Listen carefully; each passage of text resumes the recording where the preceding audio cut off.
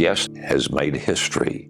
Just recently, during a delegation meeting, you were elected chairman, which is the first time a woman has ever held that seat in Anderson County's history. You were the second woman from Anderson County to get elected to represent us in Columbia. Correct. In that position, tell me how you're going to help Anderson County in Columbia. I think other than being an advocate for my constituents, being an advocate for Anderson County is certainly one of the most important things that we do. And even if we don't always get along and vote alike, and we don't in Columbia, when we're home, we have to have a united front, and we need to work unitedly always for Anderson. You grew up in Greenville. I did. What did your folks do? My dad was a food broker, and he owned a food brokerage company named Dixie Brokerage. And so my mom wasn't like most moms. She wasn't a teacher or a nurse. My mother was actually in textiles, and she was the vice president of a textile company. And so she was a very, very, very accomplished woman. And so both of my parents worked. I'm the only child since the time that I was 3 years old, and I was raised by an amazing Black woman named Pearl Clements. And she raised me and actually stayed with us forever and always. She was in my wedding, escorted down the aisle. She's one of my top 5 favorite people in the whole wide world, but probably she had more to do with my upbringing than anyone else did. And both your parents have roots in Anderson County. My mother was born and raised in Anderson. Her dad was actually recruited to come and play baseball for Abney Mills. I have the trophy in there, and he was a pitcher. So he was brought out of Georgia to come and play baseball for Abney Mills. And so because of that, he was made a supervisor.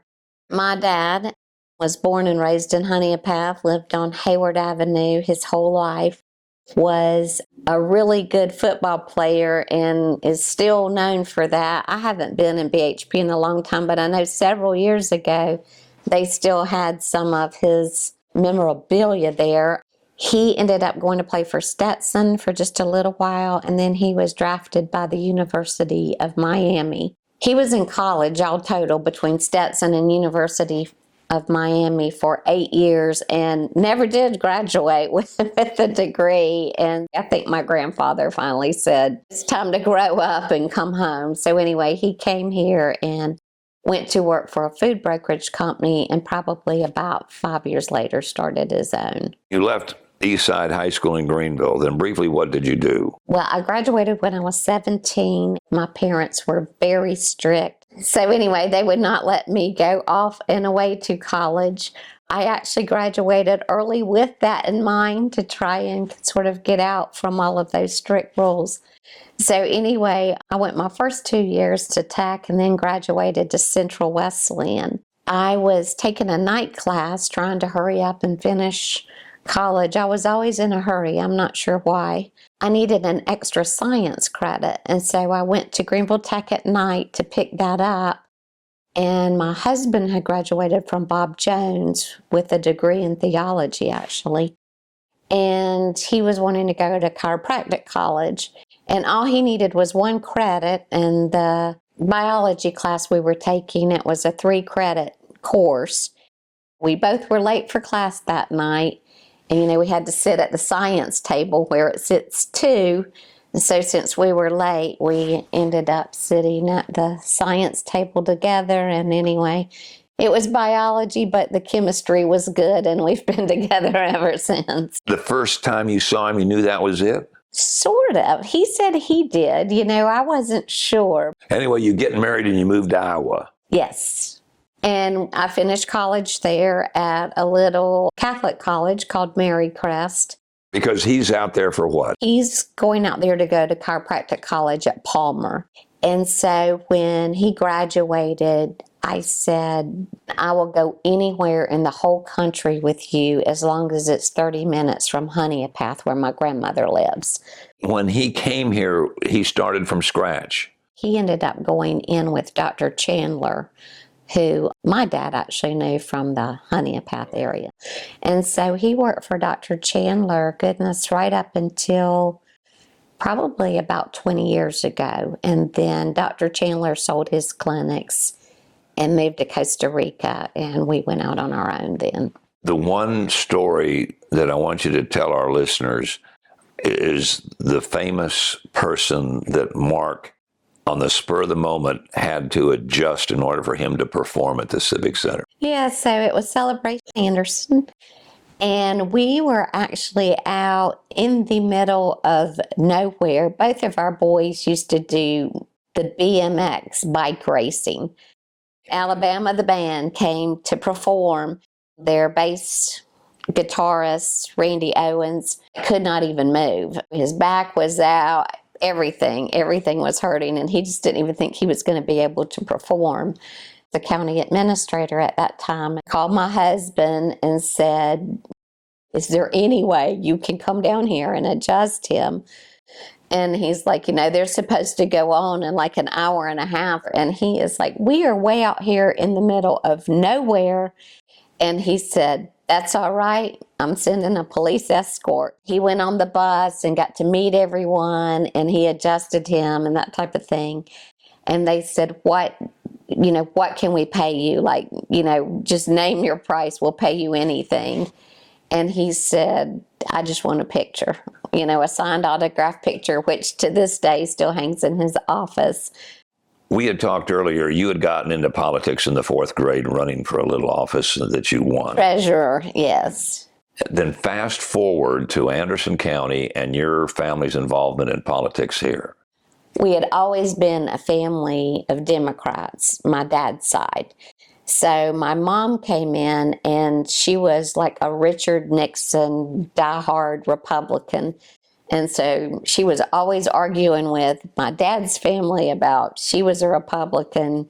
I'm not sure why she was a Republican, maybe just to be what they were. I don't know. But the funny thing is that when I actually sit down and look at their values, and maybe it's just because they changed, the things that my mom believed in certainly seem more Democrat to me, and the things that my dad's family and he believed in actually seem more Republican at that time, for sure. My dad passed away before I was elected. Both of my parents did, but my dad would roll over in his grave, and probably has numerous times, if he knew that I was a Republican. He would not be pleased about this at all. I hated politics because we talked about it all the time. But when Olin D. Johnston was the governor, we always had a big family reunion, the Johnston side. And they actually went to the governor's mansion and had the family reunion. And we have pictures and things of that. So again, politics. And as a child, that was so terribly boring. When we moved to Anderson, my husband did like politics. Actually, he always thought that he would want to run for politics. And so he and a friend of his went and joined the Republican Party. So they were the first ones to actually get involved. We didn't know anyone here. There weren't very many Republicans. The Republican Party somehow talked him into running against Tommy Dunaway. We had no idea who Tommy Dunaway was, how important Tommy Dunaway was, how important Tommy Dunaway's family was. So we made this gross error and ran against Tommy Dunaway. But I worked really hard on his campaign, and so after that, different people started calling me and saying, "We know you ran on nothing, and you guys really didn't do, you didn't know anyone, and you actually did pretty well. Will you come work on this campaign?" And so the next thing you know, I was working on lots of campaigns. Cordell Maddox, when he had this seat, yes, actually, I did like the Republicans for Cordell Maddox because I was still Republican, and I didn't even know, actually. He called me up and said, I knew Cordell, I had known him for a while, and he said, "Hey, I'm running for office. Would you come down here and work on my campaign?" He was still, in my opinion, the best guy for the job. So we did Republicans for Cordell Maddox. We got Cordell elected. So I've worked on a lot of different campaigns. Then we had an open house seat. in Anderson County? We had an open house seat, and I never ever had any desire to run for office again. I always thought one day probably my husband would run. He still had that desire. I never had any desire to run. Michael Thompson announced that he wasn't going to run again. So a lot of people started calling me and saying, you should do this. And being the good Southern lady that I am, I said, well, I will pray about that. And I thought, there is no way I'm doing that. I wouldn't do that for anything in the world. And truly, when I tell someone I'm going to pray about them or something, I am sincere to my word. So I started praying, dear Lord, please find that person that's going to run for this job so that these people will leave me alone. And oddly enough, my husband was teaching a small group, and it was on a book called In a Pit with a Lion on a Snowy Day. The entire book was about getting outside of your comfort zone. And I just took like 3 days just to be quiet and pray. And I just kind of started going through cleaning out a basket. And I like Christian one-liners. It wasn't even scripture. And at the end, I had this Christian one-liner in the very bottom of my basket. And it says, God doesn't call the equipped. He equips the called. And I knew right then. Pretty much our delegation turned over this time. And I think for the first time in the history of Anderson County, we have 3 brand new elected officials. And so I want them to understand what we do, because not only do we have a role in Columbia, but we also have a big role that we play here. We appoint to a lot of boards. We work with the county council. We work with the county staff. We work with the city council and all the municipalities and their elected officials. We work well even going up to the federal level. And so, we have something that's unique here. And we've got to make sure that we preserve that and that we don't lose that. So one of the things that we're going to do right away is I'm going to do an orientation for the new people. That was never done for me. You just kind of had to get it as you got it. And I would have really appreciated that. And so we're going to go out and visit the places whose budgets we write. And we're going to talk about the PARD money and the water rec funds and all that stuff and where that money comes from and how we decide to appropriate it and how we pick the folks for our boards and just that type of thing. And so I want them to be as up to speed as they can be, at least right here on this local level, because they're going to be drinking out of a fire hose, when they get to Columbia. A lot of things that people don't understand in Columbia is that is all built on relationships. If you have a good idea, you can have the best idea in the world, and it's not going to go anywhere if you don't get 63 other people to go along with you. Especially as a woman, I've kind of learned that the hard way. It's not that my guys down in Columbia are male chauvinist pigs. They are not. They are wonderful to me. But I don't get to go on the golf weekend, and I don't get to go on the fishing weekend, and I can't call their house at 10 o'clock at night with a good idea. And so, it takes a little bit longer to build that relationship. And so I've spent the last 10 years building those relationships. And, I finally have some great responsibilities, some chairmanships and leadership roles in Columbia. And that's important for our constituents, but even more importantly,